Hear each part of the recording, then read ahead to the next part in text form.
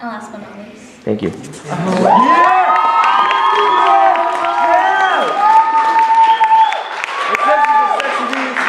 Surprise.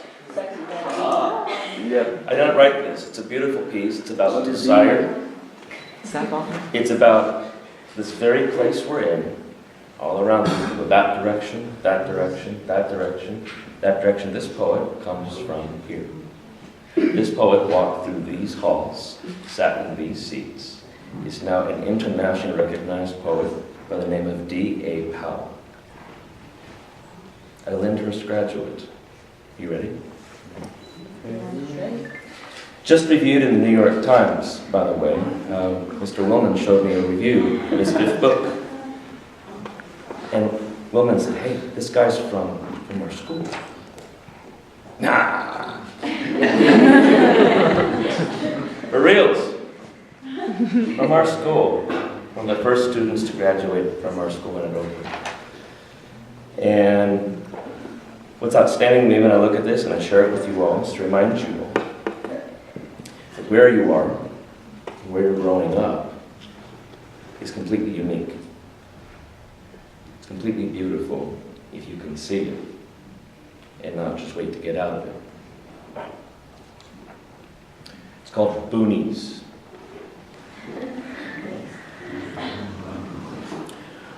Where we could be boys together, this region of want, the capestrial flat, the adolescents roving across the Platte, come hither, he of the hard would call me hither. Sheer abdomen, sheer slicken sides, the feldspar buttes that mammolate the valley right where it needs to bust. And I could kiss his tits, and he could destroy me on the inflorescent slopes, in his darkest dingles, upon the grassland's raffish plates, and he could roll me in coyote brush. I, who was banished to the barren, could come back into his fold, and I would let him lay me down on the cold, cold ground. Clouds above lenticulum. The spreading fundament, a glorious breach among the thunderheads, and in their midst, a great white heron magnifies the day. We'd keep together, he and I, and we'd gain meaning from our boyish. We'd pursue each other through the crush of darkling rifts, climb into each other's precipitous combs.